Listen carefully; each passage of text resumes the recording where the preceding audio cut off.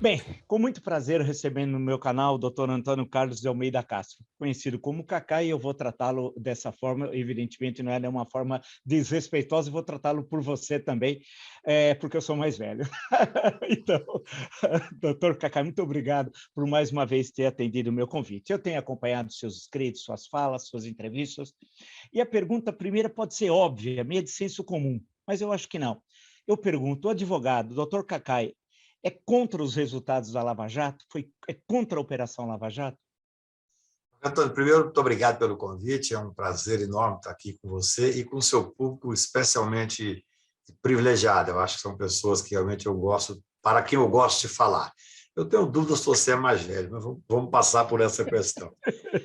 Olha, eu nunca fui contra a Operação Lava Jato. Eu fui um dos primeiros críticos da Operação Lava Jato. Eu corri o Brasil durante praticamente 5 anos, inclusive por sacrifício profissional, pessoal, fazendo palestras e debates. A época que a Operação Lava Jato era a grande operação, e ela tem vários méritos, né? Eu costumo dizer que ela desnudou uma espécie de corrupção capilarizada que ninguém sabia, nem você como jornalista, nem eu como advogado, nem o Ministério Público. Foi realmente uma operação que poderia ter sido muito exitosa, e acho necessário que essas operações se façam, muitas vezes usando toda a estrutura do Estado, evidentemente, para inibir a corrupção. O que eu fiz, e fiz muito cedo, eu fui advogado Alberto Certo, no primeiro dia da operação. Ele me chamou para advogar, eu disse para ele que trabalharia para ele apenas nos tribunais superiores, que eu não queria fazer a instrução lá em Curitiba, mas eu logo comecei a ver os abusos. Por exemplo, quando eu entrei com um habeas corpus no STJ, por incrível que pareça, o Ministério Público deu a ele 48 horas para desistir do habeas corpus, senão não poderia discutir uma delação que pretendia fazer. Eu, por sinal, estava, inclusive, sentado no floor, no lugar onde eu costumo trabalhar quando estou em Paris, e escrevi de lá uma petição duríssima, dizendo que é um absurdo obrigar alguém que está preso, que está disposto a fazer delação. Eu não trabalho com delação, não critico quem trabalha, mas não trabalho, eu sairia. Mas aí eu saí realmente com a indignação e comecei a observar naquela operação e vi que os abusos estavam crescendo absurdamente. Comecei a criticar esses abusos, abertamente. Eu não sou dono da verdade, mas eu ia para debates, eu ia para escrever artigos. Escrevi um artigo em 2015, na Folha de São Paulo, em setembro, chamado Que País Queremos?, onde eu dizia que eu queria o combate à corrupção, tanto quanto, ou mais até, do que aqueles procuradores e aquele juiz, mas que eu queria dentro dos limites constitucionais, que me parece óbvio. Só que aí, Marco Antônio, uma coisa interessante, que eu falo isso tem muitos anos, aquele grupo era um grupo político. Na verdade, ou ele já foi criado como grupo político, ou ele se tornou um grupo político. Por quê? Quando eu denunciava os abusos, eles tinham o poder da grande mídia, então eles tinham uma facilidade de implementar uma narrativa, eles começaram a dizer que aqueles que eram contra, ao criticar os excessos, eu não estou criticando a operação, ao criticar os excessos, significava que eu era contra o combate à corrupção. Eu não posso admitir isso. Então eu comecei a dizer que eu não admitia que juiz algum, que procurador algum, ou delegado algum viesse a dizer que quer o combate à corrupção mais do que eu, mais do que você, mais do que quem está nos ouvindo.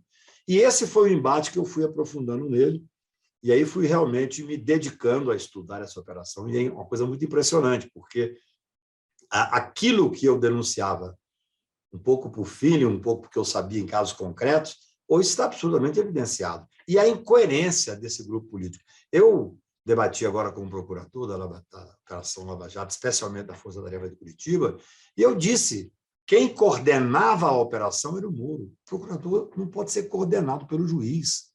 Ele nem questionou. Isso é uma coisa que choca, porque a partir do momento em que você tem um juiz coordenando, aí você teve o que eu chamo de instrumentalização do Poder Judiciário pelo juiz e a instrumentalização de parte do Ministério Público pelos procuradores. É o fim. Ou seja, eles viraram quase um partido político. Depois, tudo foi se tornando, até eu digo com tristeza, mas infelizmente, tudo foi se tornando muito óbvio. Por exemplo, no momento em que o juiz, que prendeu o principal opositor do Bolsonaro, ele prendeu o Lula, que estava na frente nas pesquisas, ele não podia ter feito quase um tapa na cara do judiciário, aceitar ser ministro do governo, que ele foi o principal eleitor, ainda com a beca nos ombros. Ele mercadejou a beca naquele momento. Se ele tivesse agido naquele momento, e os procuradores que ele coordenava, com o rigor que ele fazia com os empresários e com os políticos, eu digo que aquilo ali foi a contrapartida. Os procuradores teriam que ter pedido a prisão dele e ele teria que ter determinado a prisão dele próprio. Que é muito grave o que ele fez com os 18 mil juízes brasileiros, que são sérios, que são combatentes dentro da Constituição. Então, a Operação Lava Jato, claro, deixou uma série de vantagens. Claro que nós temos que questionar uma série de questões. Por exemplo, 14 bilhões que eles dizem que recuperaram. Há estudos sérios que dizem que o prejuízo da Lava Jato ficou em torno de 172 bilhões. Por quê? Em vez de prenderem os empresários, como se faz no mundo inteiro, nas grandes operações, já trabalhei fora do Brasil, eles quebraram o setor. O setor de infraestrutura no Brasil foi quebrado. Você pode fazer todo o enfrentamento preservando as empresas de alguma forma. Só o que a Petrobras teve que pagar em ações fora do Brasil, subsidiada por elementos do Ministério Público, é muito maior do que o que foi retornado para o Brasil. Mas eu não quero nem questionar especificamente esses dados, eu quero dizer sobre o aspecto institucional. O que restou, você veja, num dado momento a grande mídia fez do Moro um herói. Eu até já disse aqui, acho que foi com você mesmo que eu falei, olha, se gostassem de ler poesia, de ler literatura, iam ver Brecht que diz, olha, triste o país que precisa de heróis. Ou iam ver lá o Fernando Pessoa falando, estou farto de semideus, onde é que há homens no mundo? Não precisa disso, o Poder Judiciário tem que ser um poder recatado. Claro, sério, determinado, cumprir rigorosamente a Constituição e as leis, mas sem aquela espetacularização que se deu. Olha, Marco Antônio, a espetacularização do processo penal cria uma série de malefícios. Por exemplo, o Moro começou a ser seguido por alguns juízes. Teve uma juíza no Mato Grosso, Selma, se não me engano, que ela se dizia um Moro de saia. O que ela fez? Usou o cargo, se projetou, prendeu o governador, prendeu uma série de pessoas, que tinha sido governador, saiu candidato ao Senado, se elegeu, muito bem votada, foi cassada por corrupção em 9 meses. Quer dizer, nós não podemos deixar que a política entre dentro do Poder Judiciário. O Poder Judiciário é um poder fortíssimo, um poder que nós temos que respeitar, temos que apoiar. O Ministério Público, especialmente, que virou quase um quarto poder da República, mas nós temos que ter a coragem de fazer os enfrentamentos e criticar os excessos. Isso é que eu fiz, isso é que eu faço. Deixa eu lhe perguntar uma questão espinhosa. Então, eu acho que a gente tem que perguntar as questões espinhosas, evidentemente com educação, porque nada pior do que a deseducação ou chapa branca, né? Para lembrar a velha expressão da UDN dos anos 50. Afinal, foi lá que nasceu a expressão. Mas é o seguinte, eu ouvi, claro, e todo mundo ouviu no Brasil, o que foi vazado ao Telegram, chamada Vaza Jato, e evidentemente que aquelas conversas eram inapropriadas. Eu chamaria de inapropriadas, alguém pode chamar de criminosas, tudo bem.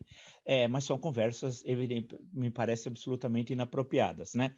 Ao menos daquelas que nós tivemos conhecimento. Tem a questão se houve ou não perícia, mas sem entrar nesse ponto, eu perguntaria, mas também na sua avaliação, doutor Cacai, não são inapropriadas conversas em Brasília entre ministros das cortes superiores, com advogados, com membros do Ministério Público, com políticos, porque muitos falam assim, há sempre uma visão de Brasília como se fosse Washington, é uma coisa mais ou menos parecida do que tem nos Estados Unidos. Isso me lembro do Frank Capra, até uma comédia lá dos anos 30, de um jovem político que queria reformar o poder político nos Estados Unidos, é eleito deputado e acaba se desiludindo de Washington e tal, né? Isso é até muito presente no Brasil, porque a capital também é muito distante, é difícil, é diferente quando era no Rio de Janeiro, que se tinha um acesso mais próximo, porque grande parte da população está na região litorânea até hoje. Eu pergunto ao senhor, são conversas diferentes, provavelmente, do que aquelas que o Telegram e o que o hacker mostrou. Mas o senhor considera que essas festas, esses encontros, jantares são inapropriados ou não tem nada a ver, são atos simplesmente sociais?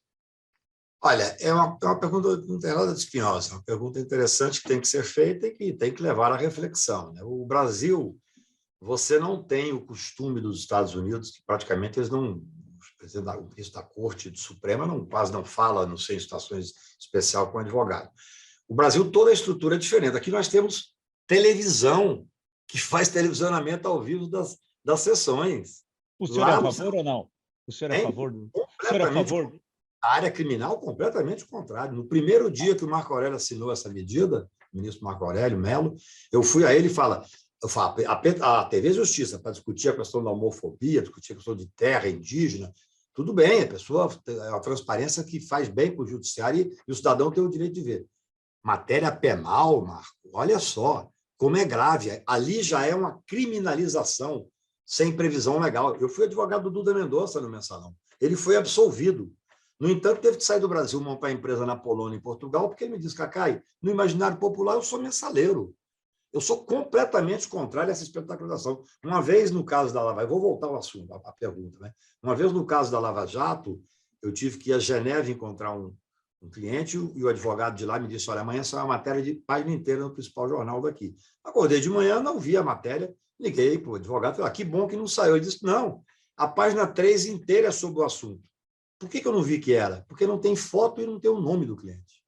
Olha só, para preservar até a condenação, para preservar a intimidade do cidadão. Aqui, o país é diferente. Um judiciário do Supremo Tribunal transmite ao vivo, você já nota que há uma diferença enorme, não dá para comparar com o que acontece nos Estados Unidos. Eu advogo há 40 anos no Supremo Tribunal. Eu nunca vi um advogado ousar falar sobre julgamento, a não ser no local de trabalho, e respeitosamente sobre tese. Todo julgamento meu, ou quase todo, hoje é mais difícil, porque o Supremo está muito assoberbado, quando eu comecei a advogar, eu fazia um memorial, ia para o Supremo até sem marcar, e eu despacho com todos os ministros. É uma tradição do direito brasileiro. É uma tradição onde eu tenho a oportunidade de apresentar o memorial, que é um resumo do caso, e dizer a minha tese. Só isso. Nunca depois, em momento algum, conversei com o ministro fora e fiz observações sobre mérito, principalmente falando sobre resultado. O que aconteceu naquelas gravações. E aí eu quero fazer uma observação para você falou da não perícia. Ninguém questionou quando o Moro vazou aquela conversa da Dilma, que foi muito questionado, o Supremo até chamou a atenção dele, o que ele disse? Ele disse, olha, o que interessa é o conteúdo, a forma com que foi obtido, o vazamento, isso é menor, vocês têm que ver o conteúdo das conversas. A incoerência do Moro é algo gritante, porque agora, quando surgiu a Vaza Jato, que são conversas, algumas, sem dúvida nenhuma, criminosas, eu vou pontuar isso com você em um minuto. O que o Moro disse? Eu não vou me manifestar sobre o conteúdo, porque o que interessa é que ela foi obtida por um hacker. Santo hacker, que fez com que ele caísse nessa contradição. E os procuradores, nas tais 10 medidas, que, na verdade, não tinha nada contra a corrupção, que, felizmente, nós derrotamos na Câmara, uma das medidas propostas ali, veja bem, era admitir a prova ilícita ser usada como lícita, desde que boa-fé. Boa-fé é um conceito aberto. Se tivesse passado, nós derrotamos essa medida na Câmara. Nós que eu falo é a sociedade brasileira, eu não sou deputado, mas eu participei de 200 debates. Se tivesse passado ali, essas gravações hoje seriam necessariamente válidas. Olha como é que é a vida. Outra coisa, queriam diminuir o escopo do habeas corpus. Frequentemente eu ouvia de procuradores dizendo são chicaneiros, querem levar para a prescrição, o habeas corpus só pode ser usado para liberdade. Opa! No dia que o primeiro inquérito contra eles aqui no STJ foi aberto contra os procuradores, um dos procuradores entrou com o habeas corpus para quê? Para trancar o inquérito. Aquilo que eles criticavam contra nós. Tem que ter coerência, Marco Antônio. Sem coerência é difícil. Falavam que nós éramos chicaneiros por poder, uma questão específica de prescrição. Eu vi, e muito corretamente, o grande ministro Rezec defender da tribuna do CNMP a prescrição para o Deltan, e ele estava certo. O advogado tem que usar todos esses meios. É muito fácil. Criticam os advogados, até do grupo Prerrogativa, que eu faço parte, eles falam, os advogados ricos de prerrogativa, a grande maioria do prerrogativa é de professor, de defensores públicos. Eles brincam comigo, pô, é você que é o advogado que cobra honorários caros e a gente fica apanhando aqui e tal. Mas o que me interessa, na verdade? Agora, por exemplo, já tem procuradores que estão condenados. Alguns foram expulsos da profissão, da carreira. Alguns foram condenados a devolver R$1.700.000 pelo uso indevido de verba pública com diárias e tal. Eles vão contratar advogados. Eles vão precisar de advogados. E é bom que contratem. Esse é o sistema que eu quero para todo mundo. Eu sou terrivelmente coerente com a minha pregação constitucional. Então, eu não vi... Olha, veja bem, se você for comparar com os Estados Unidos, lá você não tem esse acesso que você normalmente tem. Eu sei que eu já advoguei por lá. Mas também aqui, você tem uma televisão que passa os processos, você tem ministros discutindo em programas de televisão, sendo entrevistados, não sobre o caso concreto, espero que seria um absurdo. Então, há sim um cuidado que a gente tem. Eu despacho todos os meus casos que eu consigo despachar, seja com o juiz de primeiro grau, seja com o ministro do Supremo Tribunal Federal. Sempre defendendo teses, não há nem perto daquilo que foi gravado. Tem uma gravação do senhor Deltan, com o tal de Orlando, que eu não me lembro bem o segundo nome, em que eles falam assim, nossa, a delegada X, que eles tinham uma delegada, aquela delegada que ocasionou a morte do reitor chancelier lá, com aquela prisão absurda, aquela humilhação que fizeram a ele. Aquela delegada, segundo diz a gravação, ela forjou um depoimento. Eu nunca vi isso em lugar nenhum. Em vez de imediatamente o procurador falar, olha, esse documento é falso, tem que abrir um inquérito, ele diz, para proteger, a conversa era para protegê-la. Essa conversa é criminosa. Para proteger alguém que forjou um depoimento para ser usado dentro do processo criminal. Outra coisa, Marco Antônio, você que é um homem experiente e culto, veja o que é grave um ministro virar para um procurador e falar assim, não leve a procuradora tal não, porque ela é ruim para perguntar. Meu Deus! Eu faço a pergunta o seguinte, esquece que é Lava Jato. Esquece. Imagine alguém que está disputando a guarda de um filho, que deve ser um momento dramático. Eu tenho filhos, me separei, me dou muito bem com as minhas ex-mulheres, nunca tive nenhum processo, nem de separação na vida. Você imagina alguém que está num processo dramático de separação e descobre que na noite anterior o juiz liga para o Ministério Público, o chefe do Ministério Público, assim, troca aquele procurador que vai lá amanhã, porque eu quero que você coloque alguém que pergunte melhor. É um escândalo. É um escândalo. Nada se parece, que eu tenha visto, com aquilo que consta das gravações. Nada. E aí, nós vamos num crescendo que é assustador, que é, por exemplo, a questão daquele fundo bilionário, um fundo que, até hoje, tem que ser esclarecido. Parece que há uma investigação no Supremo do ministro Alexandre, que bloqueou o fundo e tal. Depois aparecem as gravações em que o procurador-chefe, na verdade, eu chamo de subchefe, o chefe era o Moro, o subchefe era o procurador-chefe. O subchefe, por incrível que possa parecer, reconhece que pode haver isso tudo do fundo, mas está lá, continuam fazendo o fundo. Então, a Lava Jato foi uma operação que se perdeu pelo excesso de busca pelo poder. Fez um bem para o país, discutimos uma série de questões que foram importantes, mesmo legislação, aprimoramento das delações premiadas, porque a delação premiada, eu sou muito criticado por isso, mas eu digo que é um instrumento que pode ser muito importante no combate ao crime organizado. Só que, comprovadamente, na Lava Jato, não sou eu que estou dizendo, um procurador que colocou num parecer por escrito, eles prendiam as pessoas para conseguir a delação. Isso é um escárnio, isso é tortura. Você imagina o que é você prender uma pessoa para conseguir a delação. Eu tenho um caso, que talvez eles dizem que foi a maior derrota deles internacional, da Lava Jato, que eu ganhei de um brasileiro que mora em Portugal, ganhei extradição. Aí tem uma gravação, de repente faz uma busca e apreensão, depois que eu ganhei, na casa da filha dele, que mora no Rio de Janeiro. Uma cineasta, que, por sinal, brilhante, com o marido também cineasta, ganhou prêmios e tal, ela surpreendida com a busca e apreensão. E o que o delegado falava o tempo inteiro? Conta onde está seu pai, que nós fala para o seu pai voltar, que nós não fazemos nem a busca e apreensão. Aí tem as gravações, que nós só soubemos depois, evidentemente, isso ficou evidenciado num processo no plenário do Supremo Tribunal Federal, que o ministro Gilmar falou sobre isso, onde os procuradores falam, vamos fazer uma busca e apreensão na filha dele para que ele se apavore e volte para o Brasil para ser preso. Meu Deus! Quer dizer, além de ser ilegal e inconstitucional, é de uma crueldade que eu nunca vi. Felizmente, estamos ganhando tudo isso. Mas o que essas pessoas passaram? E os constrangimentos que aconteceram?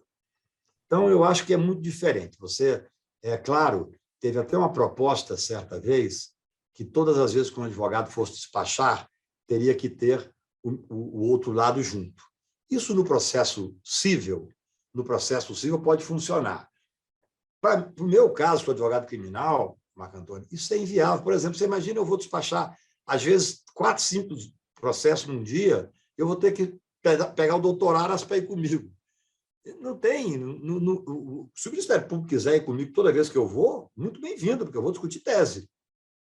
Então, eu não acho nada parecido com o que aconteceu. Eu nunca vi com o que aconteceu com a promiscuidade que se dava naquele grupo específico. Hein? Eu não estou criticando o Poder Judiciário, que eu respeito o Poder Judiciário, são 18 mil juízes que eu acho que foram, de certa forma, enxovalhados sem necessidade, porque não é o Poder Judiciário, é um senhor que estava ocupando o cargo de juiz, e parte do Ministério Público. Deixa eu lhe perguntar, e as reuniões de Brasília? Olha, reunião de Brasília, as que eu participo e as que eu conheço, são reuniões, são duas coisas distintas, talvez você esteja perguntando. Primeiro, para tratar de processo, são necessariamente formais dentro dos gabinetes, ninguém trata de processo fora dali, não tem isso. Agora, aqui em Brasília, Brasília é uma roça, de certo aspecto. Por exemplo, eu até digo, infelizmente, eu tenho alguns amigos no Supremo Tribunal. Eu, infelizmente, deixei de frequentar quase a casa, ou praticamente deixei, exatamente por causa dessa superexposição da imprensa. Eu sou muito amigo do ministro Luiz Roberto Barroso, meu vizinho, inclusive, vizinho de muro. Meu querido amigo, quando ele mudou para Brasília, nós tínhamos processos juntos, trabalhamos juntos durante muito tempo. Eu acho ele um gênio, tenho muitas divergências no processo penal com ele, tenho grave divergência da forma que ele vê o direito penal, isso não abala a minha amizade com ele. No entanto, nós hoje não nos frequentamos. É óbvio, eu lancei um livro semana passada. No meu restaurante do Fuego, foram lá 700 pessoas, dei 500 autógrafos ali, tá quase que 500, 400 e tantos autógrafos. Foram lá, ministro Supremo, ministro Roberto Barroso me honrou com a presença. Eu não acho absolutamente isso tenha qualquer tipo de possa ser crítico, porque eu acho que essa é a forma com que o Brasil assentou rigorosamente republicana. Eu não cheguei lá no Fuego na hora de lançar o livro e falei, ministro, já que o senhor está aqui, olha aqui esse processo aqui. Não é assim que funciona. Eu entendo que eu diria assim, a resposta desses procuradores, quando flagrados em discussões absolutamente não republicanas, a forma de agir, foi, de certa forma, de falar assim, meio que solto. Né? Qual é um fato concreto? Quando que foi pego um procurador, um advogado e um juiz em Brasília, nos tribunais, agindo dessa forma? Eu desconheço. Não conheço nada parecido com o que foi revelado por esse santo hacker. Deixa eu lhe perguntar uma coisa. As pessoas conversam, eu converso com muita gente, porque muita gente acompanha o canal, onde eu estou, as pessoas falam, mandam mensagens, as redes sociais são muito fortes, só no Twitter tem 750 mil, então chega a 300 mil coisas toda hora, e é um sentimento mais ou menos dominante entre as pessoas que se interessam pela política brasileira, dentro dos limites que as pessoas possam entender a política brasileira. Nós somos um país de uma frágil cultura política, né? E não é de hoje, mas se aprofundou em certo momento da nossa história contemporânea, essa fragilidade da cultura política, que diz o seguinte: bem, político não vai preso, porque se político tem bom advogado, tem tantas instâncias no Brasil, 4, tem depois de 70 anos a legislação diz isso, diz aquilo, caso ele seja condenado, então o tempo passa, ele ganha tempo, né? E lembro um locutor esportivo aqui já falecido de São Paulo, parece um fragmento pré-socrático, ele dizia o tempo passa e deixava os torcedores do time que estava perdendo, especialmente muito tenso. Então as pessoas falam assim, o tempo passa e não vai acontecer nada. Agora, se ele fosse pobre, negro, favelado, etc., o Estado agiria de forma ilegal, ilegítima em relação a esse indivíduo, muitas vezes preso sem ter sido condenado, muitas vezes sequer aberto o processo, fica lá mofando nas cadeias. Não é um exemplo, evidentemente, raro. Também não é um panfletarismo isso, é o sentimento que as pessoas têm, que nós estamos construindo a cidadania. O Otávio Mangabeira dizia que era uma planta muito frágil a democracia no Brasil, e ela continua muito frágil, apesar que melhoramos muito desde a época do Otávio Mangabeira, isso tem de ser registrado. Como é que seria a sua resposta frente a essa questão? Há uma questão classista na justiça brasileira? 2, quem é poderoso, político, bem relacionado, consegue tergiversar a lei e enganar a justiça e se locupletar com dinheiro que acabou obtendo de forma ilegítima? Antônio, essa pergunta ela merece uma tese de doutorado, né? Mas é interessantíssima de ser respondida. Primeiro, a justiça brasileira ela é absolutamente imperial, classista, feita para proteger os milionários. A justiça brasileira é uma justiça que tem que ser enfrentada na sua concepção, não tenho nenhuma dúvida disso.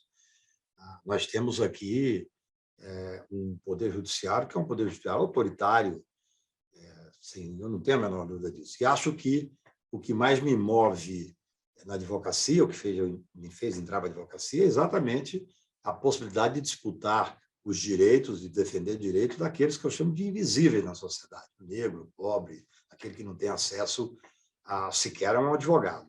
Por isso eu fiz a ADC 43, eu fui o primeiro que fez ação direta de constitucionalidade pela presunção de inocência. Quando eu fiz, o Lula não era sequer processado. Eu fiz por causa da miserabilidade dos presídios brasileiros. É uma coisa que me incomoda muitíssimo. Eu já bati nas portas do Tribunal Europeu de Direitos Humanos lá em Estrasburgo para conseguir um liminar, e conseguiu um liminar no habeas corpus, com colegas aí do Rio e de São Paulo, para impedir que um cidadão viesse para o Brasil por causa da miserabilidade dos presídios. Então, essa constatação é correta de fazer. Agora, quem está dizendo que o rico brasileiro não vai preso, pelo menos foi desplugado da realidade há muitos anos. Né? Eu não conheço nenhum país do mundo ocidental com democracia que você tenha tido nos últimos tempos um ex-presidente da República preso por 580 dias, dois chefes da Casa Civil presos, vários governadores presos, inclusive hoje. Cabral está preso tem 4, 5 anos. Os maiores empresários do Brasil presos. Talvez tenha, eu acho que como havia uma liberalidade grande, tenha havido uma busca da prisão passar a ser a regra, o que é, do meu ponto de vista, errado. Mas, hoje em dia, falar que o rico não vai preso e que o político poderoso não vai preso é, de certa forma, ter ficado sem acompanhar o Brasil nos últimos anos. Nós tivemos presidente da Câmara preso, tivemos governadores de Estado presos. Talvez o cara mais rico do Brasil, os 3, 4, 5 foram presos durante muito tempo. O que acontece, Marco Antônio, é que as pessoas acham que a prisão tem que ser eterna. As pessoas estão até hoje numa prisão como forma de punição pura e simples, e não como de ressocialização, nada disso. Então, você imagina, eu não sou advogado do Cabral, mas o Cabral parece que está preso há 5 anos. Acho, 4, 5 anos. Ele tem 6 mandados de prisão. Um deles foi revogado, tecnicamente. Aquilo, por parte, eu não tenho rede social, eu só tenho WhatsApp, mas eu fiquei sabendo que foi assim, uma crítica ao judiciário, a impunidade se dando. Ele continua preso, ele tem mais 4 prisões. Eu nem sei tecnicamente se são justas ou injustas. Mas eu quero dizer o seguinte, eu acho que a parte da pergunta que diz respeito aos desassistidos, ela sim continua violentamente válida. Violentamente válida. Nós temos que investir nas defensorias públicas. Quando eu entrei com a DC 43, quem veio ao meu socorro, porque a imprensa começou a dizer o Cacá já advogou para 4 presidentes da República, 80 governadores, isso aí é para privilegiar os clientes dele. Eu não tinha nenhum cliente que seria beneficiado com a DC, com a presunção de inocência. Nenhum. Até porque, por exemplo, na Lava Jato, eu não tive nenhum cliente preso por aquele grupo de Curitiba, a não ser o Alberto Youssef no primeiro dia. Os meus clientes, eu tive quase 30 clientes, a maioria estão em tribunais superiores. Ali era uma luta realmente para poder fazer valer a presunção de inocência, que é um direito constitucional. Você pode ser contrário, muda a Constituição, consiga fazer uma definição de que no Brasil não deve ter isso, na Constituição, um preceito constitucional. Então, uma vez eu estava debatendo fora do Brasil, e aí tinha um italiano que disse, mas na Itália as prisões não se dão até o trânsito julgado. Eu falei, eu não sou obrigado a cumprir a Constituição italiana. Eu sou obrigado a cumprir a Constituição brasileira. Ele pediu desculpas. E você tem razão. Você tem uma previsão expressa na Constituição, claríssima. Agora, eu concordo com você. Há um excesso de prisão. O Brasil prende muito, prende mal, e muitas dessas pessoas não têm sequer... Você imagina uma pessoa que está presa 2, 3 anos sem ter... Não é culpa formada, não. Sem ter uma denúncia. Porque nós não temos estrutura. A Defensoria Pública faz um trabalho belíssimo, mas não tem estrutura para poder acompanhar todos os casos. Aí, quando você tem uma pessoa que tem poder aquisitivo, que contrata um advogado, é claro que esse cidadão vai ter uma defesa. Eu não estou dizendo melhor tecnicamente, não, que a Defensoria Pública é muito boa, mas mais cuidadosa em relação àquele tempo. Se a pessoa fica presa 3 meses, 4 meses, 6 meses sem ter uma denúncia, é obrigação do advogado mostrar que esse tempo é absolutamente inimaginável para não ter uma denúncia. Então, há diferenças? Claro que há. Nós somos um país profundamente desigual. Nós temos um fosso no Brasil. Você imagina agora que nós temos 20 milhões de desempregados no Brasil. Nós voltamos a ter fome. O Brasil saiu do mapa da fome em 2012. Eu estava em Portugal, tive a honra de ser chamado pelo presidente Lula para ir lá na Sciences Po, em Paris. Ele ia receber um título. E eu vi ele falar isso emocionado lá na Sciences Po, dizendo, olha, o Brasil saiu pela primeira vez do mapa da fome em 2012, pela ONU. Voltamos agora, infelizmente, para o mapa da fome. Então, essa desigualdade, ela liquida o cidadão que não tem acesso ao judiciário, que não tem acesso ao advogado, e que, infelizmente, embora a defensoria seja absolutamente competente e brilhante, eu rendo sempre minhas homenagens a ela, não tem a capilaridade necessária.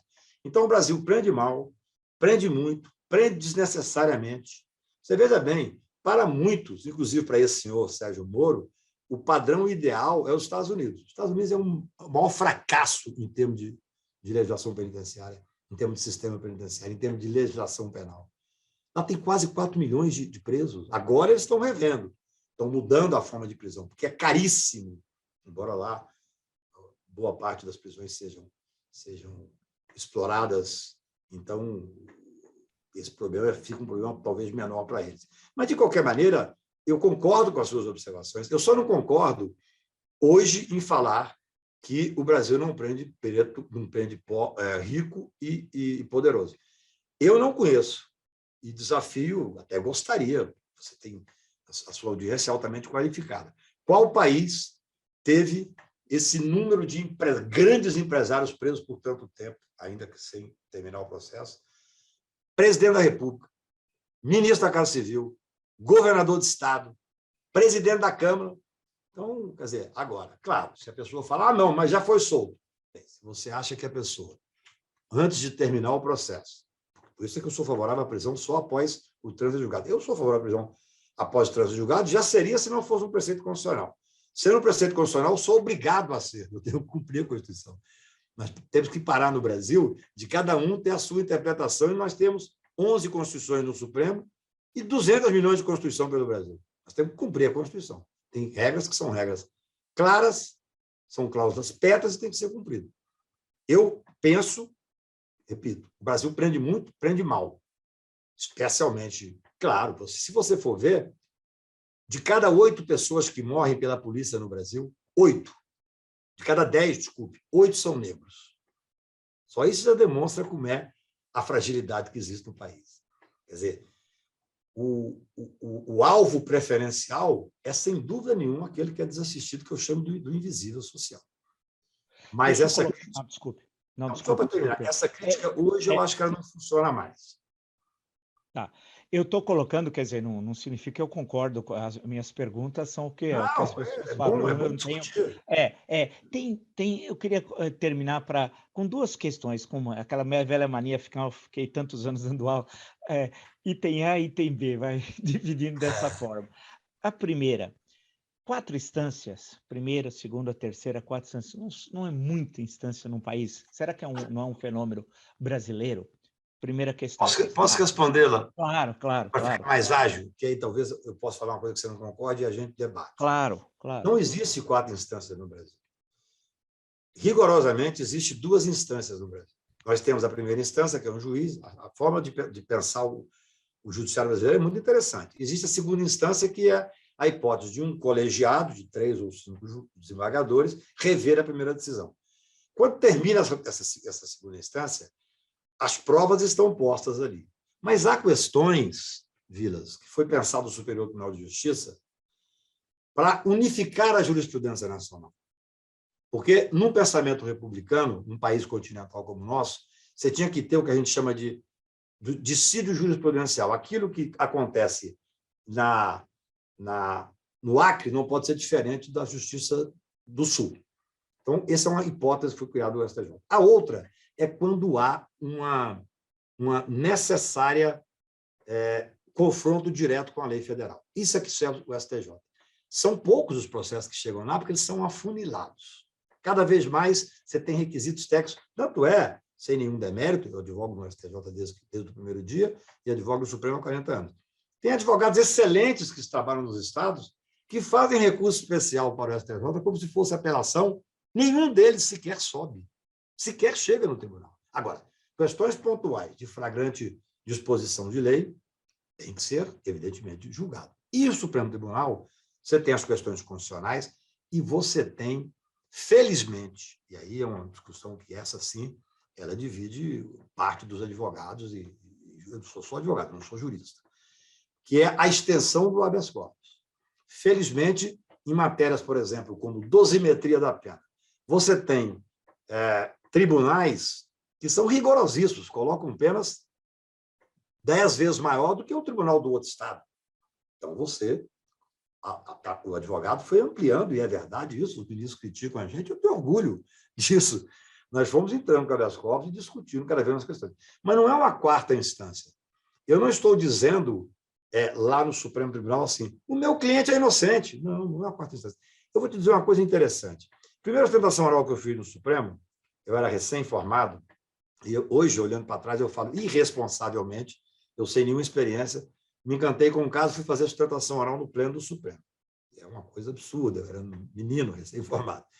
E o relator era o ministro Moreira Alves, que foi meu professor, absolutamente brilhante. Um gênio. Nós tínhamos embates na faculdade, porque eu era uma pessoa de esquerda, você imagina, eu com 20 anos, eu era chato de tão libertário e tal e tal. E ele já tinha um cabelo grande, já nunca botei terno, aquela coisa toda. Mas eu fiz ostentação oral e ele elogiou a ostentação, falou assim, e no final eu pedi justiça, que era um jargão que nós usávamos quando aqui vem aqui pedir justiça, tal. E ele falou assim, elogiou muito, tecnicamente é muito bem feito, mas eu acho que você foi meu aluno e não aprendeu que o Supremo não é um lugar de fazer justiça, é um lugar de fazer cumprir a Constituição. Eu nunca esqueci aquilo. Ou seja, não é uma quarta instância. Eu não estou lá para dizer que o meu cliente é inocente, salvo quando é processo originário. Mas eu entendo a sua perplexidade, porque às vezes chega no Supremo causas que não deveriam estar no Supremo. São poucas, mas chegam. O processo chega no tribunal que já está abarrotado. Mas só para tentar, não sei se eu consegui me fazer entender, sim, mas sim. não existe quarta instância. Agora, felizmente, quando você tem um julgamento que você ainda pode levar uma questão constitucional ao Supremo, o nosso dever é levar. Então, uma última questão, são questões muito importantes que você apresentou, mas uma delas, a questão da condenação do que chamaria o Hélio Gaspari do andar de cima. Então, vários políticos condenados, você listou vários, governadores, prefeitos. O caso do Rio de Janeiro é o mais explícito. Tal. Teve um momento que o Tribunal de Contas do Rio de Janeiro estava todo na cadeia, excetuando uma conselheira, despachava da cadeia. Né? É um negócio assim inacreditável. Mas, é inacreditável. Aí eu pergunto a você, será que essas prisões, não é também porque tem muita corrupção no Brasil e que os mecanismos de controle para que não ocorra desvios de recursos públicos, eles acabam não funcionando, apesar certamente deve ter muitos esforços dos tribunais de contas dos estados, do Tribunal de Contas da União, etc., e de formas como a CGU, e por aí vai, né? Mas, apesar de todos os esforços, acaba acontecendo, mesmo agora, em fenômenos recentes, em plena pandemia, acusações gravíssimas. Imagina alguém desviar dinheiro quando está morrendo as pessoas, foram mais de 600 mil mortes. Eu lhe pergunto, será que também não há uma relação entre uma coisa e outra? Ou seja, as condenações de político, de gente que teve muita expressão política, também não está vinculado a que há mecanismos muito frágeis de controle da corrupção no Brasil? Eu acredito que sim, necessariamente. Né? Quer dizer, as velhas escolas de direito penal, de processo penal, já dizem que não é o fato de você condenar a 15 ou 20 anos de cadeia e você ter pena de prisão perpétua que vai inibir o crime, é a certeza da aplicação da lei.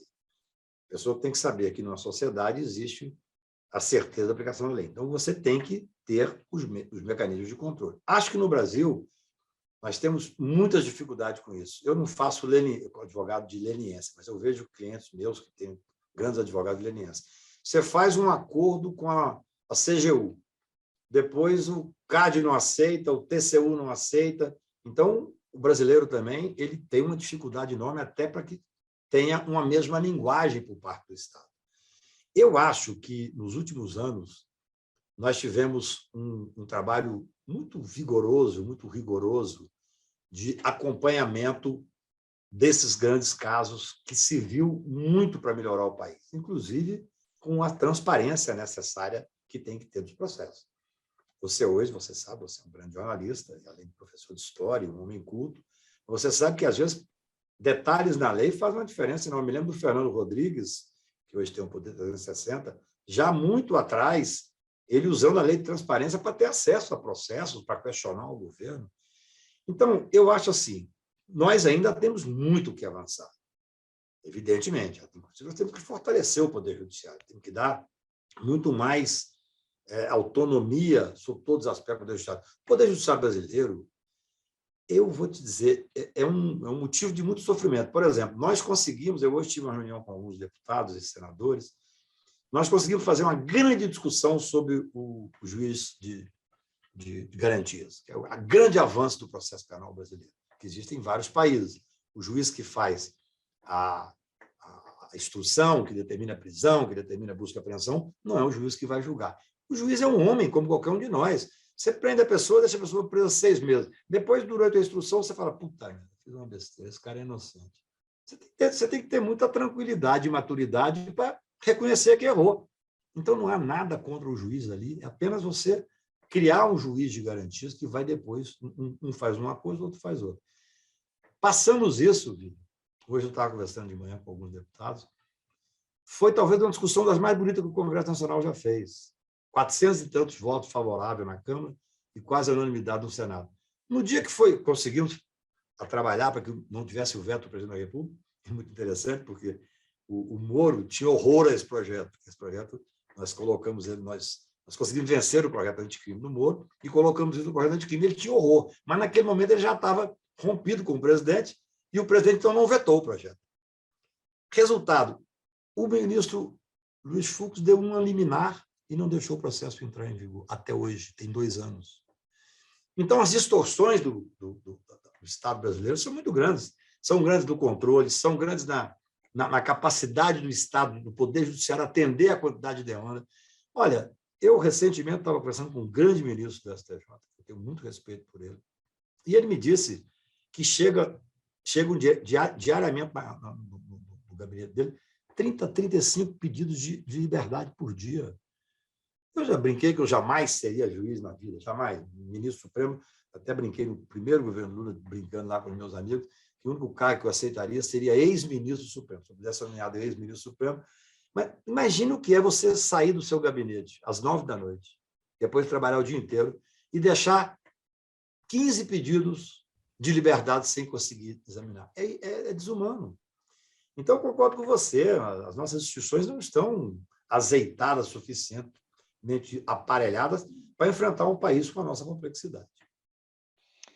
Valeu, olha, eu agradeço muito, muito mesmo a sua gentileza de ter mais uma vez me atendido, Cacá. Acho que foi bom, o objetivo do canal, como eu já tinha lhe dito do nosso último encontro, é justamente esse, é apresentar as questões do Brasil, do campo econômico, político, jurídico, as questões culturais, as diferentes interpretações, porque democracia é convivência de contrários. Se nós acharmos que a busca da unanimidade é a força, isso é ditadura, e da não imposição, e da imposição de uma ideia sem a livre discussão, também não tem nada a ver com democracia. Nós somos um país muito marcado pelo arbítrio, né? A democracia mesmo é a partir de 5 de outubro de 88, com a promulgação da Constituição Cidadã, né? Aí, e com as garantias constitucionais, foram muito testadas, inclusive, nos últimos anos. Eu acho que a Constituição passou um teste ali o ano passado, esse ano não foi nada fácil. Até falei isso para o ministro Aires Brito outro dia, comentando justamente essa questão. Então, eu agradeço muito a gentileza de você ter me atendido, nós batido um papo. Eu coloquei questões que eu acho que o pessoal do meu canal sempre levanta em perguntas, e o objetivo sempre aqui, que eu falo que é revolucionário, que o entrevistado pode falar. Porque tem lugares que é o entrevistador é que fala, e quando o entrevistado vai falar, ele começa a responder, ele é interrompido. Pô, aí você não consegue concluir seu raciocínio. Então, aqui o privilégio sempre é e será do entrevistado. Então, agradeço muito você ter atendido meu convite. Muito obrigado. Eu que agradeço enormemente, é o que eu digo sempre, eu só advogo, tenho 40 anos de advocacia criminal, longe de mim querer ser dono da verdade, é o contrário, mas acho importante expor meus pontos de vista, porque eu não faço política partidária, eu faço política institucional. Eu costumo dizer que o que a advocacia me deu de melhor foi poder ter voz. Então, falar com você e com as pessoas que te seguem, além do prazer, é uma honra enorme. Muito obrigado.